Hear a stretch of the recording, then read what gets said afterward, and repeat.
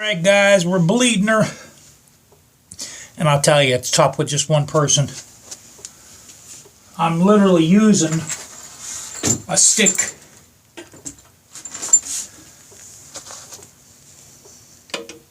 to press my pedal in.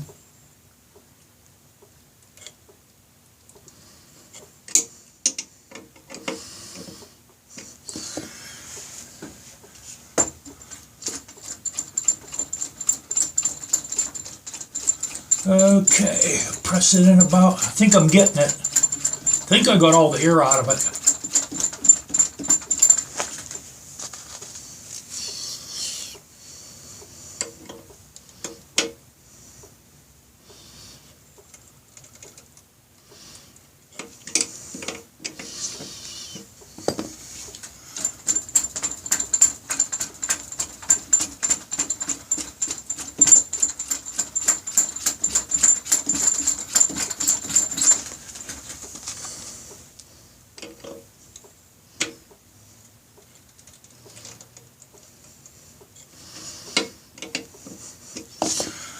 Oh man.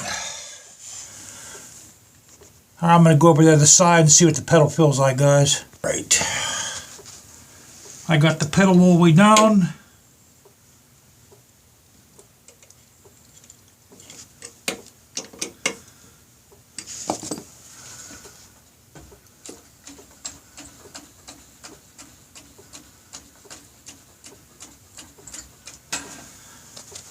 Pumped it more.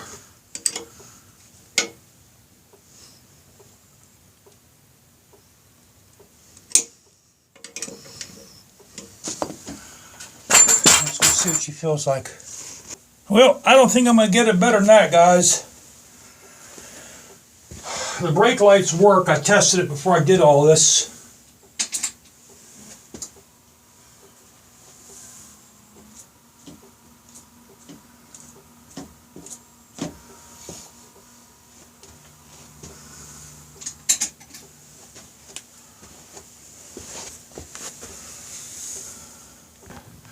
You know, I wish I could adjust that damn pedal. Because I like the brake lights that come on as soon as I hit the pedal, and it doesn't work like that. I'll show you what it works like.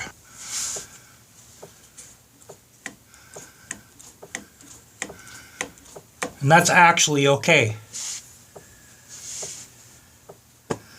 So we're using Rabinol 5.1, that's .5. I'm going to top it off a bit.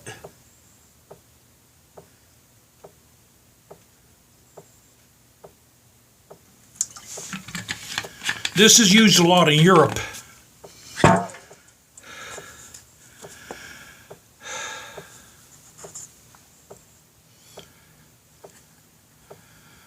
So I just hope this doesn't eat my damn chrome up. That's why I put a rag over there while I was pumping it, because it squirts right up.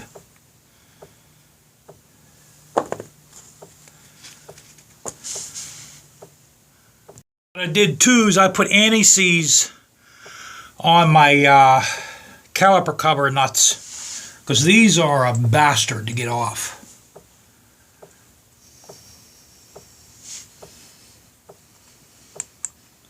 I mean, these things, man, these are a son of a bitch to get on and off. You almost have to take your pipe off to get to these. I was able to get to them.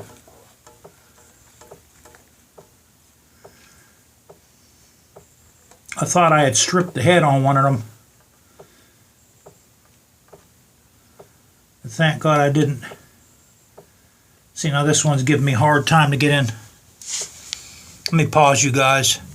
Okay, what I do is I finger tighten these. Then with my 1/4-inch ratchet, I give them like 1/8 of a turn after I finger tighten them. Because if you tighten these things too tight, guys, you're going to have a hell of a time getting them off. As you see, my rag is coated. I just hope to God it doesn't corrode the chrome and all. You know what? Let me get some quick shine. I'll hit this real fast.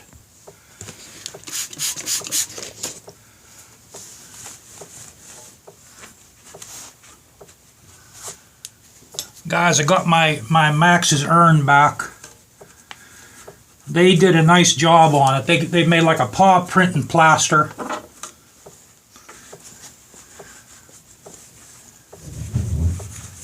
And they gave me a lock case here.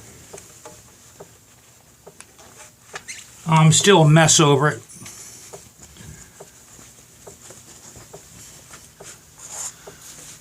It's going to take it. I mean, I'll never get over him because of what he was to me. Let's go over to the other side. Now what I'm going to do is I'm going to tuck my wires into the this silver wire loom I have. Then I'll zip tie that. I'll show you guys the finished product. Okay guys, I did away with silver because my black was a little larger and it was able to hold everything in there. Let's give her one last test, make sure I didn't disconnect anything. Yeah, my brake lights still work.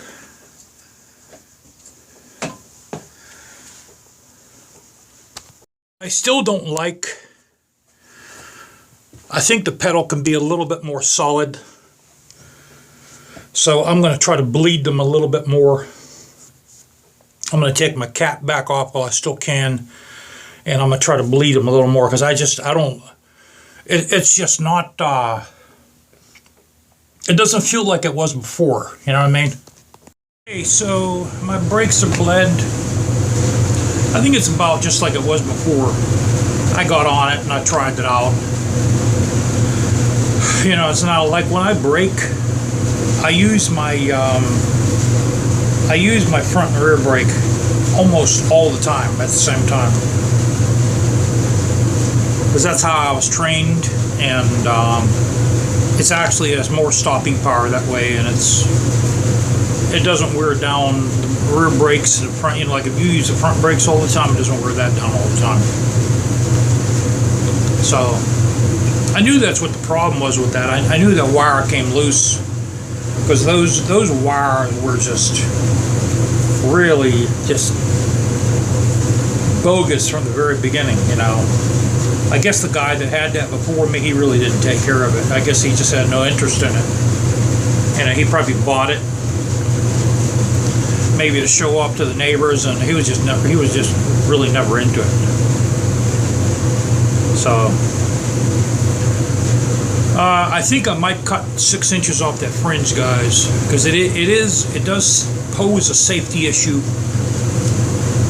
You know, it's like I've already put my boots on top of the fringe because the fringe is actually longer than the foot peg, so, and it hangs right where your foot pegs are. So if you start out before you put your feet on the foot, before you put your shoes on the foot pegs, the fringe will blow off and it won't get in the way. But you know, if you start off at the same time when you put your boots up, you're going to be putting your boots right on top of the fringe. So it would be safer if I cut probably about 6 inches.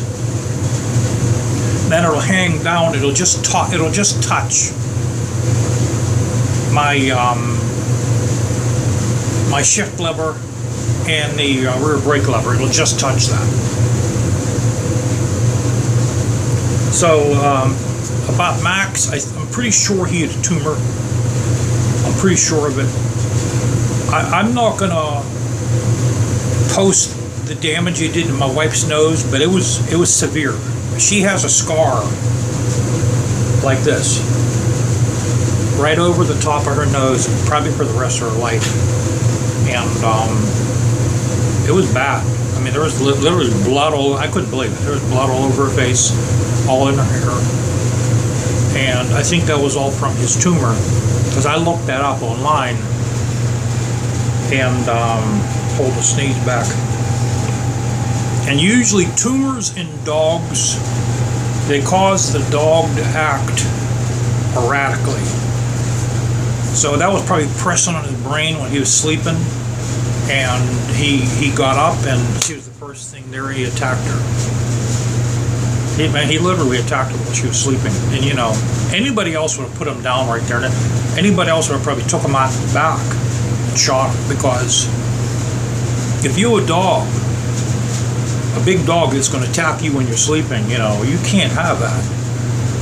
You know, a lot of people would have probably either shot him right there and then, or euthanized him the next morning, and we didn't. We accepted it. You know, and then this right side of his snout was swelled up a little bit. You know, he did have allergies, so we're thinking, let's, you know, his membrane in his nose got swelled up, but it never went down after his allergies went away. And I used to tell my wife, I used to tell her, I hope to God he doesn't have a tumor in there. I had thoughts he had a tumor. You know, number one, guys, something like that is inoperable. If you can find a specialist to operate on that, it's going to chop the dog up so much. He may not be able to walk after, because they're going to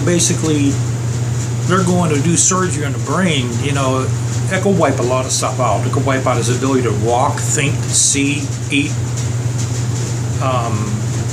organ functions. You know, it's just not fair to the animal to do that. And then if you get him on chemo might have subsided it, but it would have just came back probably even worse. You know, so, you know, something like that, there's nothing you can do. You know, he was 12 years old anyway, 12, maybe 13 years old, so he was at his full life, you know. And we had a lot of fun with him. I had a lot of fun with him. He was never on a leash. I mean, he was never on a chain. He had free roam in the house, free roam in his backyard. I took him on every trail around here, every park. He was at the beach 4 times, you know, and found me a lot of money. So,